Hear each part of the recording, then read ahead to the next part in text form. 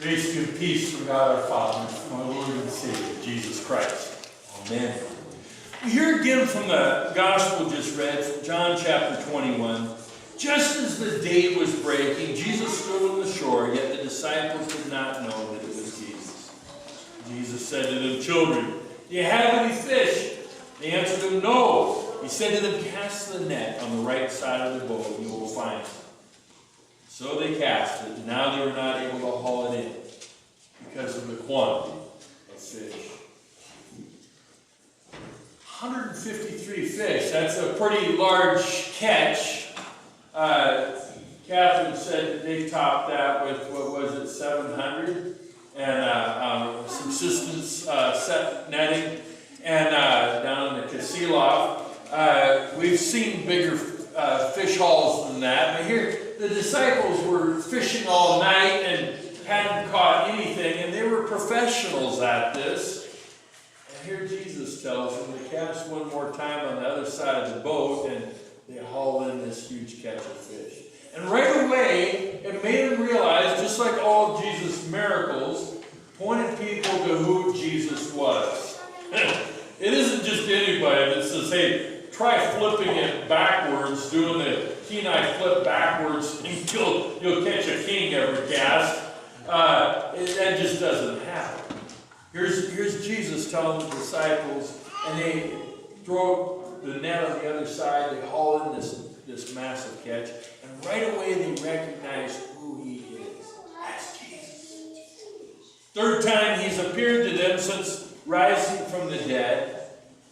And it's an amazing fish story, and there's other fish stories in the Bible, like Jonah, the reluctant prophet who God tells him to go this way to Nineveh. He goes that way to Tarshish or Spain, about as far away from Nineveh as you can get. And along the way, he gets a detour and tells the people that it's a horrible storm, it's going to sink the boat, and tells them, "It's my fault. Throw me in the ocean." And God has a plan. This large sea creature that swallows him. 3 days later, spews him out on the shore. So the word is projectile vomited him out. And he was quite a sight. After spending time in the stomach acids, it said his skin was different. There was a guy who was actually swallowed by a whale in the English Channel, and the Guinness Book of World Records, and he was recovered. They harvested that whale. This was back in whaling days, and the guy was still alive. He went on the Barnum and Bailey or whatever it was over in England circus tour as a freak sideshow. The guy that was swallowed by a whale, and his skin was badly scarred from the stomach acids. And but it's here God does amazing things. And here we have the disciples in the miraculous catch of fish. And it was just earlier, before Jesus had been crucified, that the religious leaders asked for a sign to prove that he was the Messiah. He said, "The only sign you're going to get is the sign of Jonah." Jonah in the deep for 3 days and then comes back up. Interesting. Jesus in the grave 3 days and then comes out of the grave. The resurrection, the sign of Jonah. So Jesus had appeared to the disciples, and it was a little trouble sinking in that he had risen from the dead. It took angels, it took the ladies telling him, it took them going to the grave and seeing for themselves. Thomas, who wouldn't believe unless he was able to stick his finger in the hole in his hand. And finally Jesus says to others, "You can stick your finger in the hole of my hand." "I don't need to, Lord, I believe." Blessed are those who haven't seen it yet believe, Jesus says. You know, fishing. I could go on, and we can share some time over coffee, some of the fishing stories, yours and mine. But the fishing isn't an overly complicated thing. It's pretty simple, rule number one, the fish don't come wandering into your house looking to get in your pan. Rule number one is you have to go find the fish. Number two, you have to have a basic understanding of the type of fish you're trying to catch.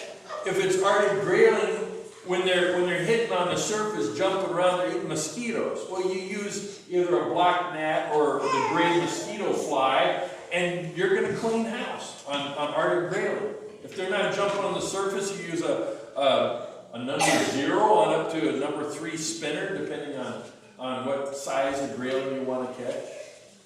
For sockeye salmon on the Kenai, it's a single barb hook, and that's the rule. And then something just to decorate it. It's supposed to be a fly, so just even a piece of yarn tied on it, it's not going to attract the fish, it's catching them. The hook going through the water. It's not really coming up with something delectable for them to bite on. However, the trout in the river are a different story, depending on the type of year, whether you use eggs or flies, or depending on what they're feeding, knowing where they're at.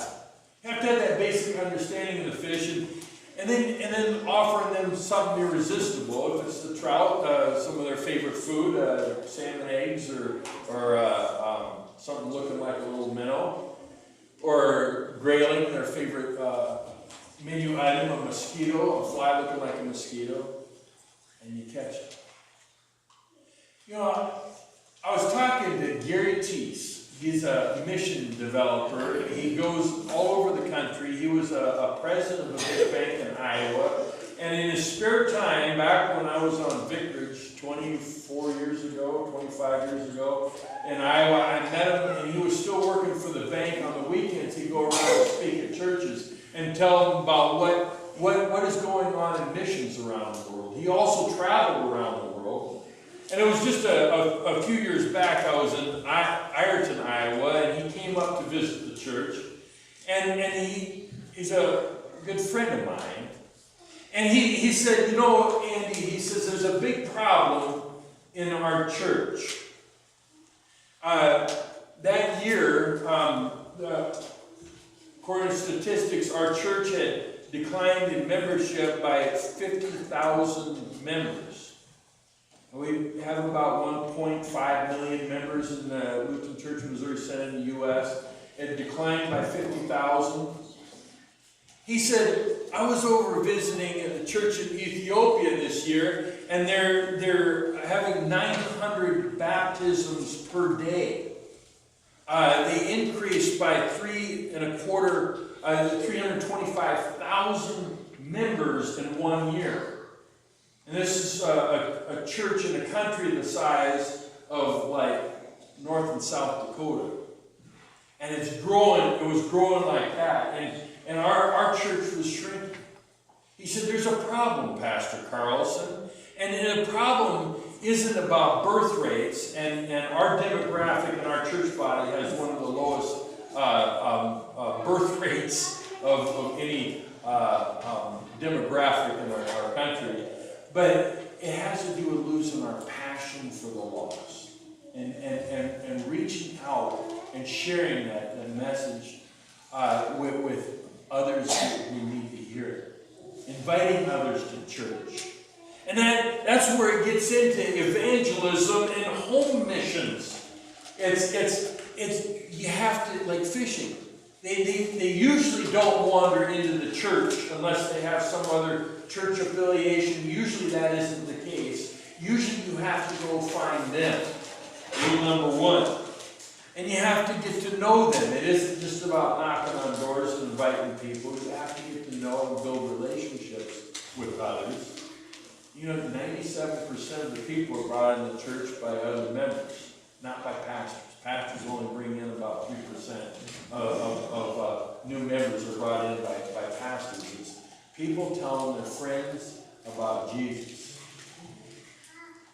And then offering them something irresistible, like potlucks every Sunday. No, that's not what's irresistible. That will bring people in. People don't come to church just for a potluck or donuts, as good as the donuts are. They come to hear about Jesus and what he's done for them, how much he loves them. You hear about forgiveness, about being clothed with Christ's righteousness through water and the word and holy baptism.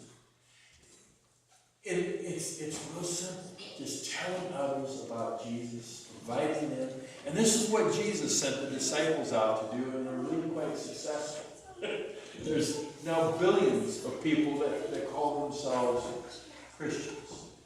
And it started out with a band of, 11 disciples, and expanded to a couple billion today who call themselves Christians.